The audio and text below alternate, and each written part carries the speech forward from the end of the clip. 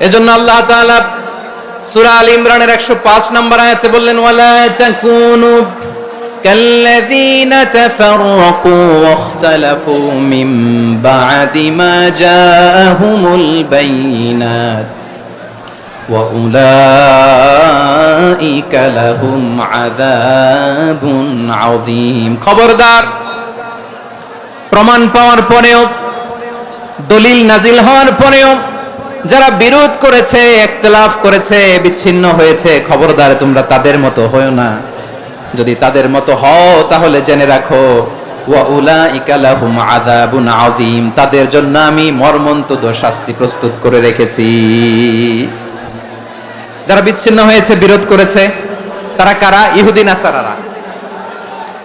এই আয়াতের তাফসীরে কাল্লাযীনা তাফাররাকু ওয়াখতালাফু, যারা বিচ্ছিন্ন হয়েছে, বিরোধ করেছে, তারা কারা? মুফাসসিরিন ইকরাম বলেছেন তারা ইহুদি নাসারারা। আওয়াজ করে বলুন তো, তারা কারা? ইহুদি নাসারারা।